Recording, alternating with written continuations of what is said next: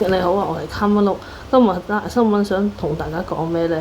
即係咧寫字樓工作咧，佢係長時間俾一個 manager 管理嘅，跟住咧唔可以做其他嘢嘅，導致咧好似會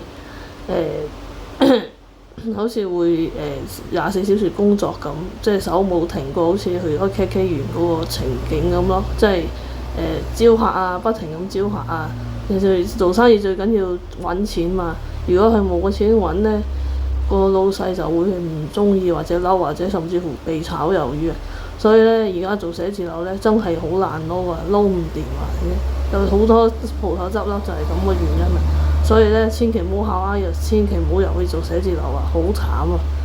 點解我話寫字樓咁難撈呢？因為寫字樓呢，長時間冇得打冇得傾偈啊，所以呢，做演員呢，真係好做過寫字樓，因為你唔會拖嗰個時間表嘛，你唔會直踩嘅嘛，係先？你個工作就係招客同埋爆單，係先？你接單同埋招客，所以呢份工真係好難做啊！真係。